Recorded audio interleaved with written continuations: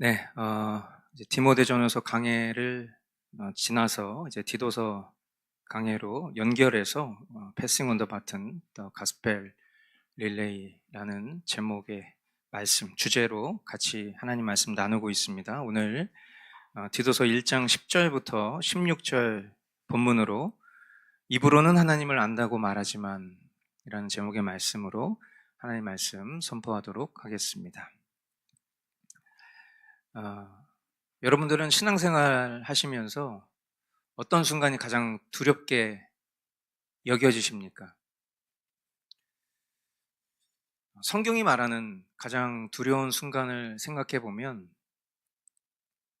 내가 하나님을 잘 믿고 있다 그렇게 스스로는 생각을 하는데 정작 하나님이 나를 모른다고 하시면 어떡하지? 아마 그런 순간이 아니지 않을까 생각해 봅니다. 입으로는 나는 하나님을 안다, 나는 하나님을 믿는다, 나는 하나님을 사랑한다 그렇게 말하는데 또 곰곰이 생각해 보면 심정적으로 뭐 그것이 거짓말도 아니고 진심으로 그렇게 생각하는데 그러나 우리의 삶을 들여다보면 하나님과 전혀 무관한 그런 사람인 것처럼 살아갈 때가 있지는 않은가 생각을 해봅니다. 신학자들은 이런 부류를 가리켜서 실천적 무신론자 그렇게 표현합니다. 이론적으로는 생각과 마음으로는 유신론자인데 실제 삶의 현장에서는 무신론자와 똑같이 생활하고 있기 때문입니다. 오늘 우리는 이 사도 바울이 크레타 섬에 거짓 교사들을 향해 던진 날카로운 메시지를 통해서 현재를 살아가고 있는 저와 여러분의 신앙의 현 주소를 좀 돌아보고자 합니다. 결국 핵심은 그것이죠. 나는 입으로만 믿는 자인가? 아니면 삶으로 증명하는 자인가? 이 질문 앞에 저와 여러분이 정직하게 서는 시간이 될 수 있기를 주님의 이름으로 축원합니다. 오늘 본문 10절로 11절 말씀입니다. 복종하지 아니하며 헛된 말을 하며 속이는 사람이 많이 있는데 특히 할례를 받은 사람 가운데 많이 있습니다. 그들의 입을 막아야 합니다. 그들은 부정한 이득을 얻으려고 가르쳐서는 안 되는 것을 가르치면서 가정들을 온통 뒤엎습니다. 아멘. 바울이 지금 이 본문에서 지목한 문제의 인물들, 이 사람들을 소위 할례파 그렇게 부르는 사람들입니다. 누구보다 율법을 잘 알고 있고 또 종교적인 열심이 넘쳐났었던 사람이죠. 그들은 입만 열면 하나님을 말합니다. 또 신앙의 지식도 참 많습니다. 겉으로 보면 정말 그들만큼 하나님을 잘 믿는 사람 없는 것처럼 보이는 사람들이죠. 그런데 그 말들이 실상은 헛된 말이다. 이렇게 바울은 표현합니다. 그러면서 바울이 그들의 삶을 고발하는데 그 고발의 내용이 무엇인가? 그들은 부정한 이득을 얻으려고 가르쳐서는 안 되는 것을 가르치면서 가정들을 온통 뒤엎는다. 이게 이 고발의 내용입니다. 그러니까 입으로는 거룩한 교리를 말하는데 실제로는 부정한 이득 때문에 거짓 교리를 가르치고 있다. 입으로는 하나님께 영광 돌린다고 하는데 실제로는 가정들을 파괴하고 질서를 어지럽히고 있다라는 것입니다. 신앙과 삶이 분리되어 있습니다. 교회 안에서의 모습과 가정에서의 모습이 딴판입니다. 사랑하는 여러분, 우리 주변을 한번 보십시오. 세상이 교회를 향해서 손가락질합니다. 왜 손가락질할까? 그것이 우리의 어떤 교리가 틀려서일까? 그렇게 생각하지 않습니다. 결국 우리가 외치는 말과 우리가 보여주는 행동이 너무 다르기 때문이에요. 우리가 말하는 공의가 있습니다. 지금 이 대한민국에 놓여져 있는 이 어두운 현실 가운데 많은 그리스도인들이 애통해하면서 이 나라의 자유민주주의를 회복하기 위한 외침을 하고 있는데 정작 자기 자신을 향해서는 그 잣대를 기준 삼지 못하고 있는 그런 허무한 현실, 공의를 말하는데 우리가 행하는 모습은 불이 그 가운데 있다라는 것입니다. 만일 우리 입술의 고백만큼 삶의 질서를 세우는 것이 아니라 오히려 가정을 무너뜨리고 있다면 그것은 하나님을 아는 것이 아니라 하나님을 이용하는 것이다. 그래서 참된 신자들은 가정을 굉장히 중요하게 생각합니다. 왜냐하면 그 가정에 세워진 권위와 질서를 통해서 결국 그 한 사람 된, 그리고 그 가정된 그 사람들이 모인 교회의 질서가 바로 설 수 있고, 그리고 교회가 바로 서야 이 나라, 이 대한민국, 더 나아가 전 세계 열방이 하나님을 경외하는 그런 사람들로 세워질 수 있기 때문이에요. 그래서 각 가정에서 아버지가 그 역할을 바르게 할 그 권한을 하나님께서 부여하신 것이고, 말씀 맡은 자로 아내와 또 자녀들을 가르칠 것에 대한 성경적 매뉴얼을 성경은 계속해서 강조하고 있습니다.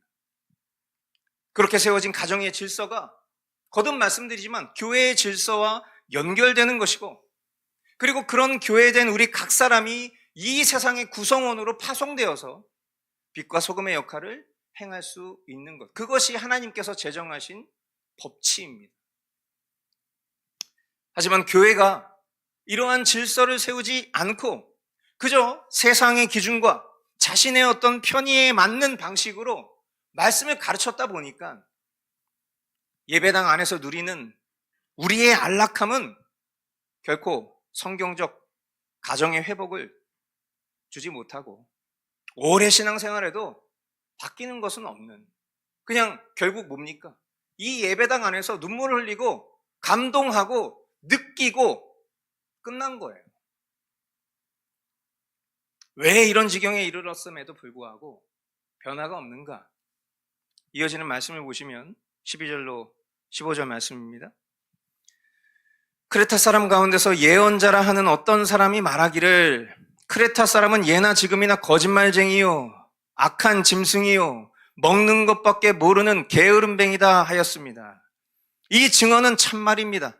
그러므로 그들을 엄중히 책망하여 그들의 믿음을 건전하게 하고 유대 사람의 허망한 이야기나 진리를 배반하는 사람들의 명령에 귀를 기울이지 못하게 하십시오.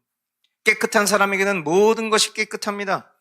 그러나 믿지 않는 더러운 사람에게는 깨끗한 것이라고는 하나도 없습니다.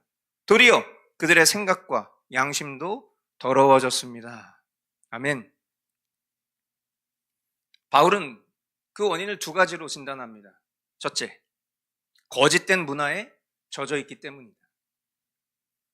우리가 지난 시간에도 살펴본 것처럼 지금 이 편지의 수신처인 크레타, 이 크레타 섬은 아주 거짓이 만연한, 거짓이 일상화된 그런 사회라 말했습니다.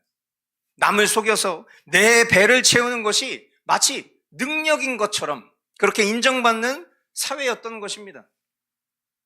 문제는 성도들이 이런 거짓된 세상 문화를 끊어내지 않고 교회 안에까지도 그대로 들고 들어왔다는 것입니다. 그리고 이것은 오늘날 우리가 살아가고 있는 현실도 마찬가지입니다.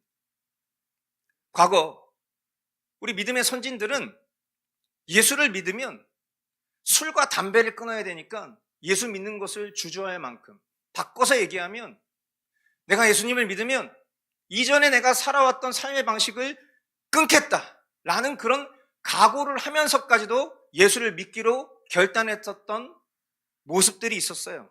성별의 첫걸음으로 여겼던 것입니다. 그런데 지금은 어떻습니까? 세상 사람들은 그렇게 이야기할 수 있는데 교회 안에 자칭 신자라 말하는 사람들도 뭐 성경에 취하지 말라고 했지 뭐 마시지 말라고 한 건 아니잖아요. 성경에 담배 피지 말라는 말은 없지 않습니까? 교묘하게 말씀을 비틀어서 세상의 것을 놓치지 않고 싶어 합니다. 거룩한 구별됨은 사라지고 와인 한 잔, 맥주 한 잔, 막걸리 한 잔, 이 정도는 음료죠. 쿨한 신앙인 것처럼 변질되었습니다. 그뿐입니까? 건강과 힐링이라는 이름으로 포장된 요가, 명상, 그 뿌리가 어디 있습니까? 힌두교의 수행법이나 뉴에이지 사상과 아주 깊이 연결되어 있는 건데, 기독교인들이 아무런 경계심 없이 그런 것에 자신의 몸을 맡기고 마치 영혼을 비우는 그런 행위에 동참합니다. 그렇게 얘기하는 건 너무 극단적인 표현이세요. 그건 그냥 운동이에요, 운동. 운동을, 목사님 운동 좋아하시잖아요. 목사님이 하는 운동 같은 거예요. 그걸 너무 그렇게 극단적으로 생각하시면 안 돼요. 저 그런 얘기 많이 들었습니다. 그런데 참 안타까운 거예요. 이게 영적인 분별력을 잃어버린 채 이방 종교의 그런 행위를 답습하고 있는 거예요. 저와 여러분들이 내주하시는 성령님을 인격적인 하나님으로 믿고 따르는 분들이라면 결코 그런 선택과 판단을 할 수 없는 거예요. 이상하도, 뭐가 이상해도 분명히 이상함을 느껴야 됩니다. 그런데 그런 분별력이 없으니까 세상 사람들이 말하는 기준으로 내 기준을 바꾸는 거죠. 성령님을 에너지처럼 생각하는 그릇된 생각. 오늘날 이런 우상 숭배 사상에 절여져서 우리가 분별력을 상실해버린 것입니다. 심지어 사역자들에게 이런 문제를 물어봐도 돌아오는 대답은 충격적이죠. 남들 다 아는 건데 너무 심각하게 예민하게 생각하지 않으셔도 됩니다. 그렇게 꽉 맡겨서야 어떻게 우리가 믿지 않는 사람들에게 복음을 전할 수 있겠습니까? 이런 핑계, 저런 핑계, 교회 안에 버젓이 막 요가나 명상을 막 문화 강자로 개설하는 이런 모습들을 보면서 오늘날 이 대한민국이 무너진 이유가 어느 날 갑자기 무너진 게 아니라 이런 거룩한 교회의 성결이 실종되는 순간부터 우리의 생각과 이념은 거짓된 것을 너무 아무렇지도 않게 받아들일 수밖에 없지 않았는가 진단해 보는 것이죠. 참 개탄스럽습니다. 뿐만 아니라 주말에 골프 약속 잡히면 여행 계획이 생기면 주일 예배는 가볍게 건너뜁니다. 영상으로 예배하면 되지. 우리가 언제부터 그렇게 영상으로 예배했습니까? 팬데믹 그 이후에 소위 비대면 예배 이런 표현 등장하는 순간부터 우리는 사탄의 그 전술에 우리 신앙의 절개를 아주 익숙하게 아무렇지도 않게 그렇게 넘겨준 습성을 따르고 있는 셈인 거예요. 자녀의 학원 보충 수업이 있으면 주일 예배 쉽게 포기시킵니다. 세상의 성공, 레저, 취미 이런 것들을 위해서는 목숨을 걸고 시간을 투자하는데 정작 하나님께 드리는 예배, 주일을 거룩하게 보내야 되는 그 헌신은 너무나 쉽게 타협하고 차순위로 밀어버립니다. 그러면서 입으로는 주님을 사랑합니다. 이런 모습들이 오늘 이 본문에 나오는 악한 짐승이요 먹는 것밖에 모르는 게으름뱅이다. 이 모습 아닙니까? 바울의 두 번째 진단은 포용이라는 가면을 쓴 더럽혀진 양심 때문이다.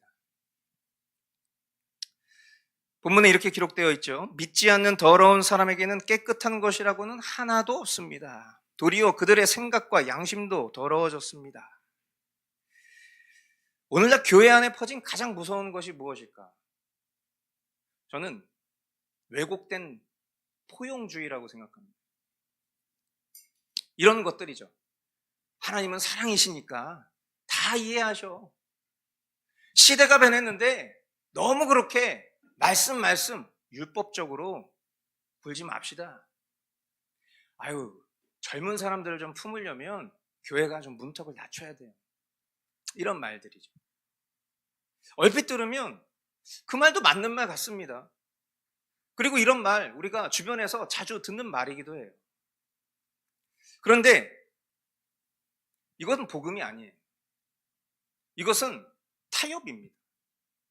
이런 그릇된 복음주의가 교회 안에 뿌리 내리면서 이제는 강단에서 또 우리의 살아가는 삶 속에서 죄를 지적하면 사랑 없는 사람, 꽉 막힌 사람, 그렇게 매도당합니다. 교회 강단에서조차 죄를 죄라고 말하지 못하는 현실입니다. 하물며 우리가 살아가는 삶에서 함께 신앙하는 교우들과의 관계 속에서도 분명한 잘못된 죄의 모습이 있음에도 불구하고 그 죄를 지적할 수 없는 거예요. 왜? 포용해야 되니까. 그러다 보니까 어떻게 된 거예요? 동성애를 옹호하게 되는 겁니다. 혼전 순결을 비웃게 된 겁니다. 물질 만능주의를 축복이라고 포장하게 된 겁니다. 결국 그저 은혜로 다 은혜로 덮자. 죄를 묵인하는 것이죠. 그러니까 어떻게 됩니까?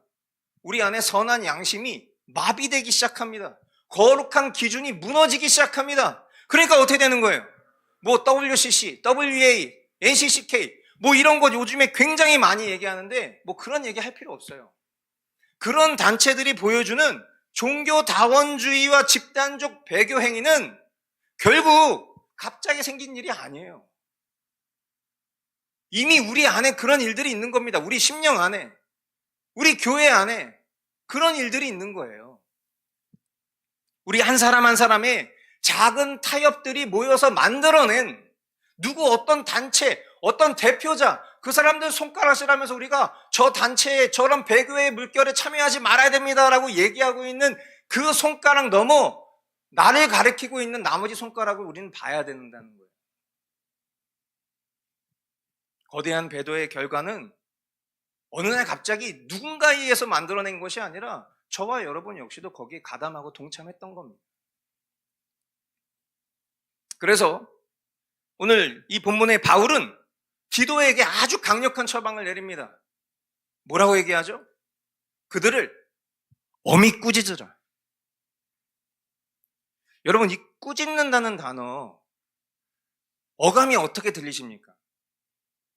여러분 누군가에게 꾸짖어 보셨습니까? 아마 부모님이라면 자녀를 꾸짖어는 봤을 거예요. 그렇죠? 선생님이라면 학생을 꾸짖어는 봤을 겁니다. 요즘에는 그것도 안 되겠네요. 큰일 나죠.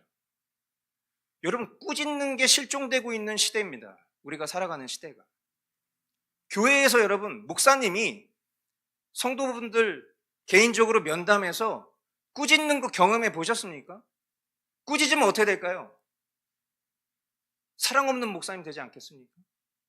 속으로 너나 잘해 이렇게 생각하지 않겠습니까? 지금 본문은 좋은 말로 위로하는 거 하지 말라고 얘기하고 있어요. 당신의 그 술 취함이, 당신의 그 세속적인 타협이, 당신의 그 거짓된 포용이 하나님을 모독하고 있다.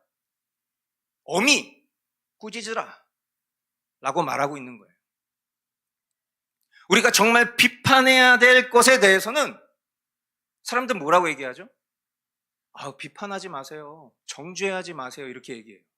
그죠? 우리가 정말 분별해서 비판해야 되는 것들을 이야기하면 정죄감을 느꼈습니다. 목사님의 설교를 들으면서 제 마음에 수치심을 느꼈습니다. 막 이렇게 얘기해요. 진리를 거부하는 그런 마음의 태도들이 우리 안에 인격적이고 상식적인 것처럼 자리를 잡고 있는 거예요. 성경적 가르침을 따른다고 하는데 정작 꾸짖어야 될 죄에 대해서는 침묵하고 있습니다.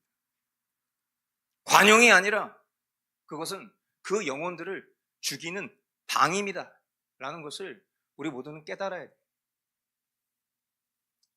우리가 말하는 사랑이라는 것은 항상 공의가 수반된 사랑이어야 하지, 공의가 실종된 사랑은 사랑이 아니라 결국 방임이라는 것을, 방종이라는 것을 우리는 꼭 기억해야 됩니다. 이제 바울은 이 모든 진단의 결론을 다음과 같이 내립니다. 16절 말씀 우리 한 목소리로 같이 한번 읽어보겠습니다. 그들은 입으로는 하나님을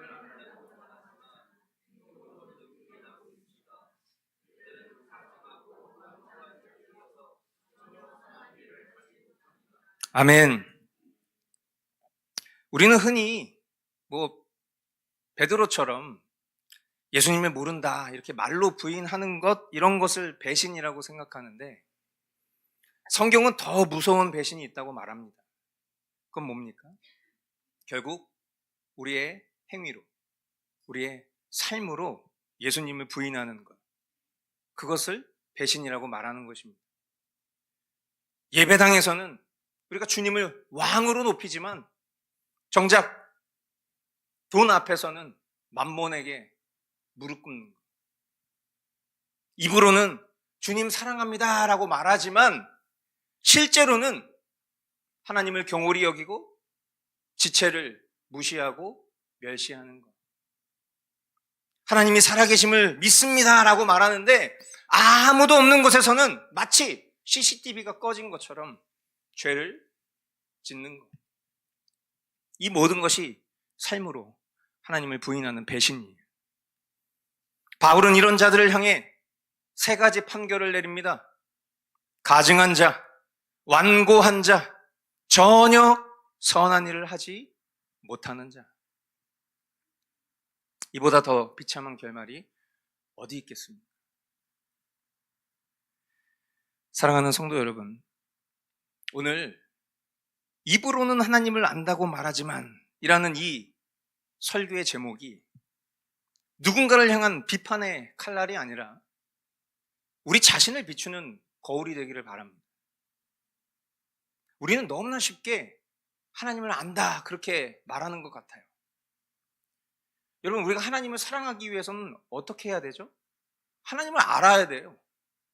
하나님을 알지 못하면서 어떻게 하나님을 사랑한다 말할 수 있습니까? 여러분, 우리가 사람과 사람 사이의 관계를 떠올려 보세요. 알지도 못하는 사람을 어떻게 사랑할 수 있습니까? 하나님을 알아야 우리가 하나님을 사랑할 수 있어요. 하나님을 어떻게 알 수 있죠? 초자연적인 계시를 받으면 하나님을 알 수 있습니까? 아니에요. 하나님 우리에게 특별한 계시를 주셨습니다. 그게 뭡니까? 성경이에요. 우리가 성경을 읽으면서 하나님이 어떤 분인지에 대한 내 주관적인 많은 오해들을 걷어내고 하나님 어떤 분이신지를 인격적으로 비로소 알아가는 과정이 하나님의 말씀을 통해서 우리가 깨닫게 되는 것입니다. 그럼 그 하나님을 알면 알수록 우리가 어떻게 되죠? 하나님을 사랑하지 않을 수가 없어요.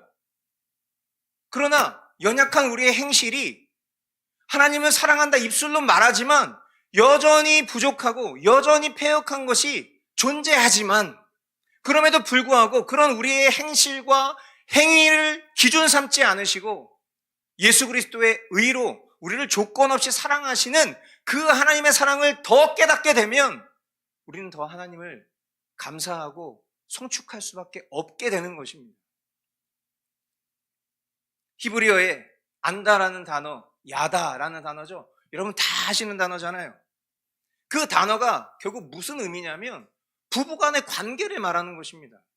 이 세상에 가장 서로를 잘 아는 그 관계, 인격적인 관계와 삶의 실제를 통해서 야다하는 것입니다.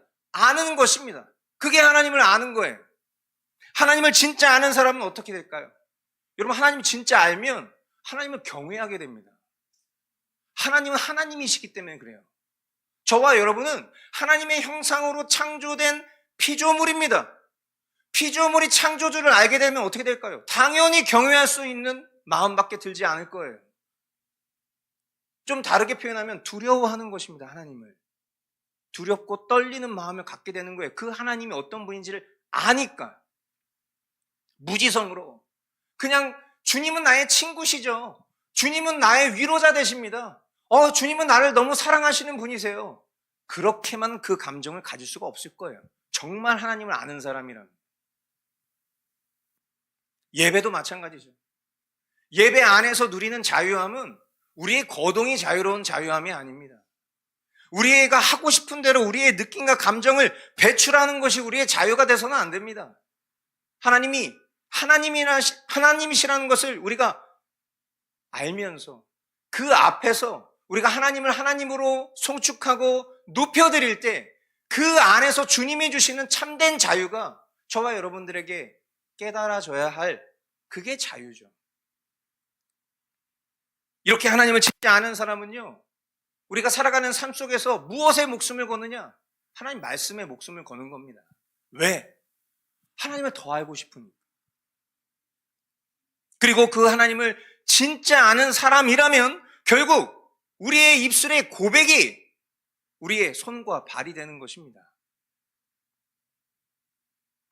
2026년 정말 혼돈의 이 대한민국 한복판에서 세상은 교회의 화려한 말잔치에 지치지 않았나 싶습니다. 체제가 무너지고 공산주의의 그림자가 실체가 되면서 우리의 목을 조여오고 있는데, 교회들은 여전히 그 어떤 위기감도 느끼지 못하고 축제를 벌이면서 듣기 좋은 노래를 부르고 있습니다. 교회인 우리도 이런 교회의 모습을 보면 한숨이 나오는데, 세상이 교회를 보며 지치는 것 어쩌면 당연한 거예요. 이제 저와 여러분은 우리의 입을 좀 닫고 삶을 여실 수 있게 되기를 바랍니다. 화려한 신앙의 언어가 아니라 거룩한 가정생활, 정직한 일터 생활에서 행위의 언어로 하나님을 인정하는 저와 여러분들 될 수 있기를 바랍니다. 마태복음 7장 21절 말씀, 나더러 주님 주님 하는 사람이라고 해서 다 하늘나라에 들어가는 것이 아니다. 하늘에 계신 내 아버지의 뜻을 행하는 사람이라야 들어간다. 아멘. 마지막 날 우리가 주님 앞에 섰을 때 너의 삶을 보니 너는 나를 아는 자로구나. 이 하나님의 심판을, 이 인정을 받는 저와 여러분 될 수 있기를 바랍니다. 오늘 저와 여러분의 입술에서 터져나온 이 아멘처럼, 아멘이 뭡니까? 그렇게 될 것입니다. 주님 앞에 우리의 믿음의 결단을 할 때 그 믿음의 결단이 부끄럽지 않을 수 있도록 이 예배당 문을 벗어나는 그 순간부터 항상 주님을 경외함으로, 입술이 아닌 우리의 행함으로 살아가는 저와 여러분 될 수 있기를 주님의 이름으로 축복합니다.